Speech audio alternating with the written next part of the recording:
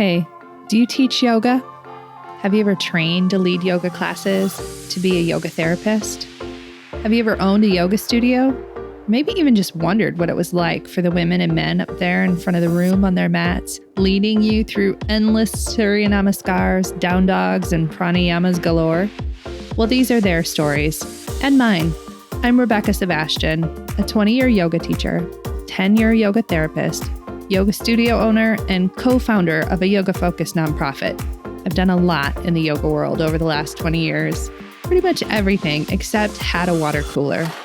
You know, a place to share stories, talk about struggles, successes, and find other people who do the same thing that I do. Welcome to Working in Yoga, a podcast and substitute water cooler for yoga folks to connect and build community, to share our unique profession, our challenges, and our journeys with the world. Hey friends, welcome to Working in Yoga. This week is a solo episode that is revisiting some of our favorite series from last year on the podcast and a bit of a teaser about an upcoming series that I'm putting together. Last year we covered several topics, but two that I'm calling back today are AI in yoga and creativity in yoga, which I cannot wait to update you on. Before we get started, someone asked me if I ever introduced myself at the beginning of the podcast episodes, but the intro does that work for me. But this week I'm going to pause and say, hey, I'm Rebecca. And if you're new or a longtime listener, I really want you to know how grateful I am that you're here. Let's get into it. Okay, let's start talking about money first today. And I know that for a lot of us, that sentence alone is enough to make your shoulders go up around your ears. So before you skip this episode entirely, I want to tell you what I'm actually going to talk about because it's not what you think. I'm not going to tell you to raise your rates, although you probably should. I'm not going to talk about the abundance mindset, and I'm not going to give you a 5-step framework for financial freedom. What I want to talk about is something much simpler and honestly much more useful than any of that. I want to talk about making money boring. When I was running my studio, especially in the beginning, I thought I was bad at business. I genuinely believed that. Numbers made me very anxious. Pricing felt impossible. Every time I had to look at the finances, I would put it off as long as I could reasonably. And then when I finally did look, I would feel either relieved or devastated. In either way, the feeling would pass and I wouldn't look again for another long while. And what I noticed over time was that the not looking and the not paying attention to my numbers and money was making everything worse and more stressful, because when you're not looking at your numbers, you're filling in the gaps with your feelings. And feelings about this money in this industry, let's be honest, are not always accurate. So at some point, I made a very unglamorous decision. I decided to just look regularly on a schedule, like boring, unsexy, predictable habits that we all have. And what happened surprised me. Most of the time, things were just fine, not exciting and not terrible. Fine. And the act of knowing that on a regular basis took an enormous amount of mental energy off of the table for me. And that was energy that I could put back into my actual work, the fun stuff that lit me up every day. The things that I had written off as boring, spreadsheets, tracking systems, standard operating procedures, turned out to be the things that saved my mental health. It was not the breakthrough moments. It was not the big launches. It was honestly the boring, repeatable systems, because every time I checked, I was usually doing way better than I thought I was. And I want that for all of us. So the thing I've been thinking about a lot lately in regards to this is the part that I don't hear us talk about enough, if at all. A lot of our struggle with money in this industry isn't actually about money. It's about grief. And I mean that seriously. And I know that word grief feels very heavy. But there is real grief in yoga careers right now. Grief about how the industry has changed, about how hard it is to make a consistent income, grief about the loss of career paths or the dishonesty about career paths that used to exist and just don't exist anymore, at least not in the same way. When I started out, there was somewhat a more replicable path. You trained, you taught, you built a following, you maybe opened a studio or led trainings. It wasn't easy necessarily, but at least it was tangible and you could see where you were going. That path has shifted significantly, and a lot of us are navigating that shift without ever having named what it actually is, which is loss. Loss of a version of a career that we thought we were going to have. And here's why this matters for money specifically. Because unprocessed grief drives bad business decisions. And when we're grieving something we haven't named, we make choices from that place without realizing it. We underprice our work because some part of us doesn't believe that the career we now have is worth the same as the career we imagined we might have had would be worth. We avoid looking at our numbers because looking at them makes the gap between expectation and reality feel way too real. And the antidote? Well, let's say the first step is just naming it, saying, yes, this is harder than I thought it would be. Yes, things have changed. Yes, I'm grieving something real. And then what do I actually need to build from here? That question, asked from a clear place instead of a grieving one, leads somewhere I think much more useful. Okay, so I want to tell you a story, and I want to talk about this idea. It's something that I think is one of the most quietly toxic habits in yoga and wellness spaces. And I say this with complete love because I have absolutely done this myself. It is the habit of keeping your head in other people's pocketbooks. Here's what I mean. You set a price for a workshop or a training or a membership. And in your head, while you're setting that price, you're doing elaborate mental gymnastics, trying to figure out what everyone can afford. You're thinking about your student who you know is going through a hard time financially. You're thinking about accessibility. You're thinking about whether the price will scare some people off. And often, not always, but a lot, you land on a number that's lower than what you actually need to charge because you've talked yourself out of your real number by imagining everyone else's financial situation. And then this thing happens. You see that same student you were worried about out at dinner with friends, 2 empty drink glasses in front of them. Or you notice that they're still paying for 3 streaming services because they told you after class. Or someone tells you they can't afford your workshop. And then 2 weeks later, they're talking about the vacation they just booked. And something in you feels, let's be honest, resentful or confused or both. I've heard this story so many times. Some version of, well, they say they want to be well, they say they want to be better, but then they go spend their money on dinners out or drinks or cigarettes or whatever. And I've felt it myself. Here's the thing though. It's worth really remembering people spend their money according to their own personal values, not our values. And those values are going to be different from ours, sometimes very different. And that is completely within their right. The moment I really internalized this, not intellectualized it, like in our heads we get it, but in our hearts, really in letting it land, that moment was when I stopped thinking of my studio membership as something people would want and started thinking of it as something I had to show the value of.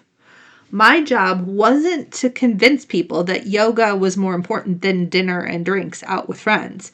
My job was to make the case that skipping 1 dinner out per month was a reasonable trade for 30 days of yoga classes. That's it. That's the whole pitch.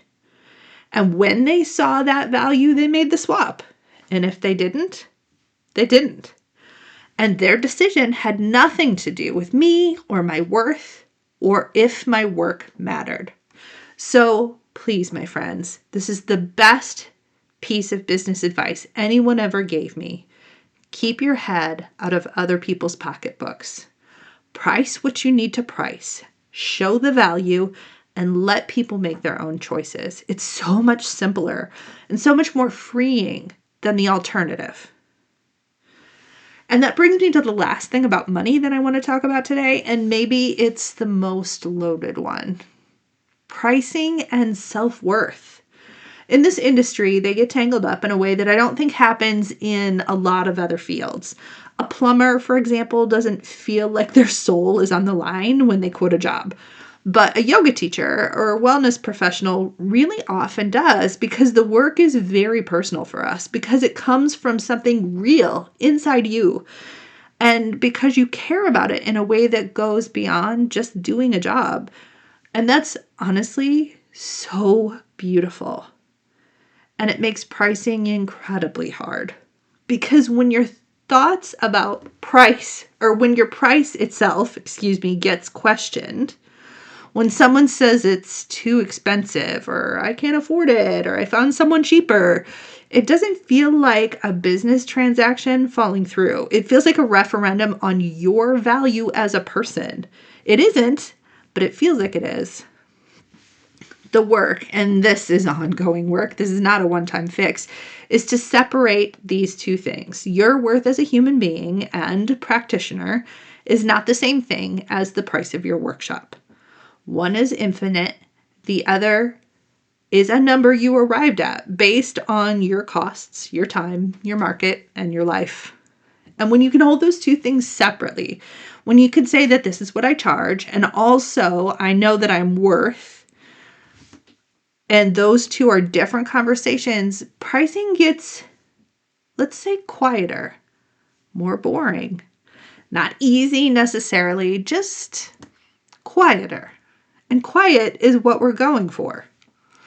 So all of this, the systems, the grief, the pricing, the other people's pocketbooks, this is what I've been pulling together in something that I'm just going to quickly tell you about before we go on to other updates. But on March 31st of 2026, I'm running a 90-minute working seminar called Make Money in Yoga Boring: Systems, Grief, and Pricing Drama. It comes with a workbook that's all for you, and it's designed so that you can implement things immediately. And I hope I see you there. If any of what I talked about today resonated, if you recognize yourself in any of it, I think you might find it useful. And the link is, of course, in the show notes. Okay. So actually, I'm really excited about this next section of the podcast. It is an update on AI and yoga. Last year, I did a 5-part series on AI in the yoga space that I just wanted to kind of give you an update on. And I do follow the AI industry a fair bit. And I want to say that in the rise of the recent AI movement, like boycott ChatGPT and Anthropic turning down the US military's insistence on using it for war drones and citizen surveillance, it seemed like a really good time for an AI and yoga update. I'd say a couple years ago, like 2024, early 2025, there was this moment where a lot of us yoga teachers were genuinely worried, I think. AI yoga apps were popping up everywhere. These algorithms were supposedly going to create personalized sequences. And there was all this talk about AI replacing human instructors. I remember having conversations with other teachers who were like, is this it? Are we about to be obsolete? Well, here in 2026, I wanted to give you all an honest update of what I'm seeing on where things actually landed. And spoiler alert, we are still here. But the story is so much more interesting than just AI failed and humans won. So stick with me. So first, let's talk about what actually happened with AI in yoga. According to recent data, about 40% of yoga apps have some kind of AI integration. Now, that sounds like a lot, right? But here's the thing. They're not using it in the way that we feared it was going to be used. So take apps like Down Dog, which has been around for years, and they're super popular. Even though they use AI to personalize sequences, there's still something that feels different than a real yoga class. Something that just, sticks out. It lacks personality. And apparently, I am not the only one who feels this way.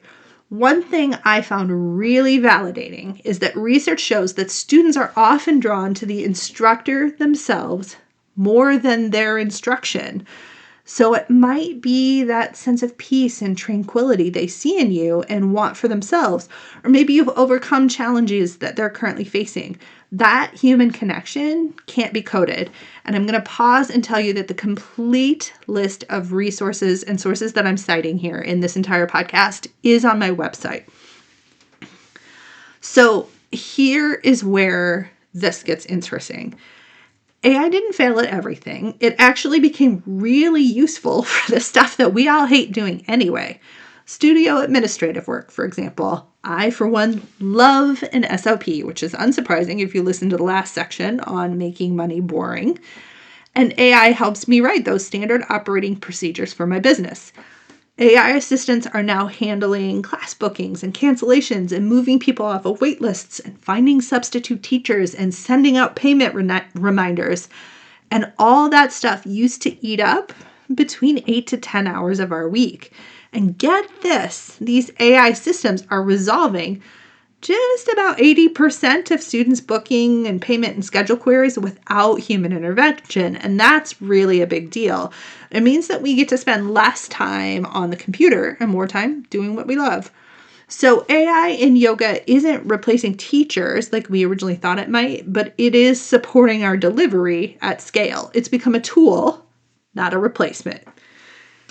And here's the part that really matters. Students can get information from a screen anytime they want. They can pull up a YouTube video, they can use an app, they can access endless amounts of content. But that's not why they come to the studio.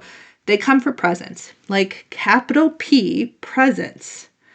The question for anyone seeking high quality yoga training isn't, how do I learn the poses anymore? You can get that anywhere. It's how do I facilitate a human experience that an algorithm can't?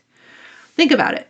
Can AI read the energy of a room and know when everyone's exhausted and needs to slow down? Or can it sense when someone's on the verge of some kind of emotional challenge and needs extra space? Or can it offer that look of encouragement when a student's struggling? Can it build real community where people actually know and care about each other? It can't, and we all know it. Okay, the market is really reflecting this. I have read stats on this podcast many times before. I cannot believe that I'm about to say this to you. The global yoga market is projected to grow from about $126 billion in 2025, which is quite a lot, to, buckle up, my friends, $230 billion by 2032. That's nearly 80% growth in 7 years. Demand isn't slowing down, my friends. It's accelerating. And studios that are thriving are the ones focusing on what cannot be replicated at home or through screens. The online yoga market alone, and again, like I said, sources are cited on my website, has been quoted to expect to triple from $20 billion last year in 2025 to about $60 billion by 2033. But hear me out. Here's what's interesting. The growth isn't coming from AI replacing teachers. It's coming from teachers using the tech to reach more students while maintaining that essential human element. Our training programs need to be teaching our teachers this, and they are catching up too. They're also teaching people to stand out in this sort of AI integrated world in teacher trainings through specialized modules like nervous system regulation and somatic anatomy, skills that require embodied human wisdom, not just algorithms. So here's my question for you. Have you tried any of these AI yoga apps? And what was your experience? Did it scratch the itch? Did you find yourself missing the human element? I'm genuinely curious because I think your experience probably mirrors what the research is showing. And if you're a yoga teacher listening to this and you were worried about AI taking your job, I want you to really hear this. Your competitive advantage is exactly what it has always been: your authentic human presence, your ability to read the room and adjust in real time, your ability to create genuine community. You. AI turned out to be excellent at scheduling, data analysis, and admin. And you know what? That's perfect, because now we can spend less time on that stuff and more time deepening the irreplaceable human aspects of teaching yoga. So friends, that is the AI update. The robots are not coming for our jobs. They're just handling our admin. Honestly, I think I'm okay with that. Finally, let's talk creativity. The final series of 2025 on Working in Yoga was on creativity in yoga teaching, and I want to talk about the things that get in the way of our creativity as yoga pros. This is something I've been sort of obsessed with a lot lately, and I don't think we talk about enough, and is probably one of my most controversial takes in the yoga space, which is saying something because I have quite a few. But this thing I've been needling on is our obsession with niching down actually killing our creativity? Before you come at me, I know the business advice. The riches are in the niches. You can't be everything to everyone. Pick your lane and own it. I've heard it all. I might have said some of it myself. But here's what I'm noticing. I'm seeing incredibly talented yoga teachers who are creatively brilliant. People who could teach everything from restorative to power vinyasa to prenatal to chair yoga, forcing themselves into smaller and smaller boxes because that's what the marketing gurus told them to do. And you know what's happening? They're bored. They're burned out. And honestly, they're less creative than when they were just teaching what felt alive to them. There's actual research on this now. Studies are showing that creative professionals who feel forced to specialize too narrowly experience higher rates of burnout and creative stagnation. Your brain literally thrives on variety, on making unexpected connections between different types of work. And here's the thing about niching down in yoga specifically. It often doesn't come from what we actually love teaching. It comes from what we think will sell well, or what looks good on Instagram, or what some business coach told us was marketable. So you ended up teaching yoga for runners, even though you've never particularly loved working with runners. Or someone told you it was a good niche. Or you're doing yoga for anxiety because mental health is trending, even though your real passion is embodied movement and strength. And then you're stuck because now you've built a brand around something that doesn't actually feed you creatively. And every time you branch out, you feel like you're confusing your audience or diluting your message. So here's what I want to say. I'm going to say it very plainly. You are allowed to be interested in more than one thing. You're allowed to teach different populations, different styles, different aspects of yoga. You're allowed to follow your creative impulses, even when they don't fit neatly into your current brand. Some of the most successful teachers I know, the ones who've been doing this for 15, 20 years and are still creatively alive, are the ones who refuse to niche down too hard. They teach what interests them. They follow their curiosity. They let their offerings evolve. This was me. I will say that very clearly. This was me. And yes, their marketing might be messier. Mine was, for sure. Their Instagram might be harder to describe in one sentence. But you know what? Their students are loyal because people don't actually come to you for your niche. They come to you for you. Research is showing that when creative professionals are forced to overly narrow their specialization, they experience what's called creative constraint burnout. This is not the same as being too busy. It's the exhaustion that comes from doing the same type of work over and over, even if that work was once fulfilling. Your brain needs variety. Your creativity needs room to wander. And honestly, your students benefit when you're teaching from a place of genuine interest rather than strategic positioning. So, what's the alternative? If we're not supposed to niche down, what are we supposed to do? I think the answer is this. Be specific about what you offer, but don't be narrow about who you are. You can have a specific class offering, like I teach Tuesday morning vinyasa, without limiting your entire identity to vinyasa. You can work primarily with one population without declaring that you'll only ever work with that population ever again. The specificity helps people to know what to expect when they show up, but it doesn't have to define the entirety of your creative work. So here's my invitation to you. What would you teach if you weren't worried about your niche? What creative impulses have you been pushing down because they don't fit your brand? Maybe it's time to let yourself wander a little, to teach that random workshop that doesn't fit your usual offerings, to explore that training you've been curious about, even though it's not on brand, so to speak. Your creativity is not a marketing strategy. It's what keeps you alive in this work. So protect it. Now, as a reminder, a complete list of sources for all of my research for this episode can be found on my website, workinginyoga.com/podcast. They're also linked in the show notes. And I want to say this. Thank you so much for being here, my friends.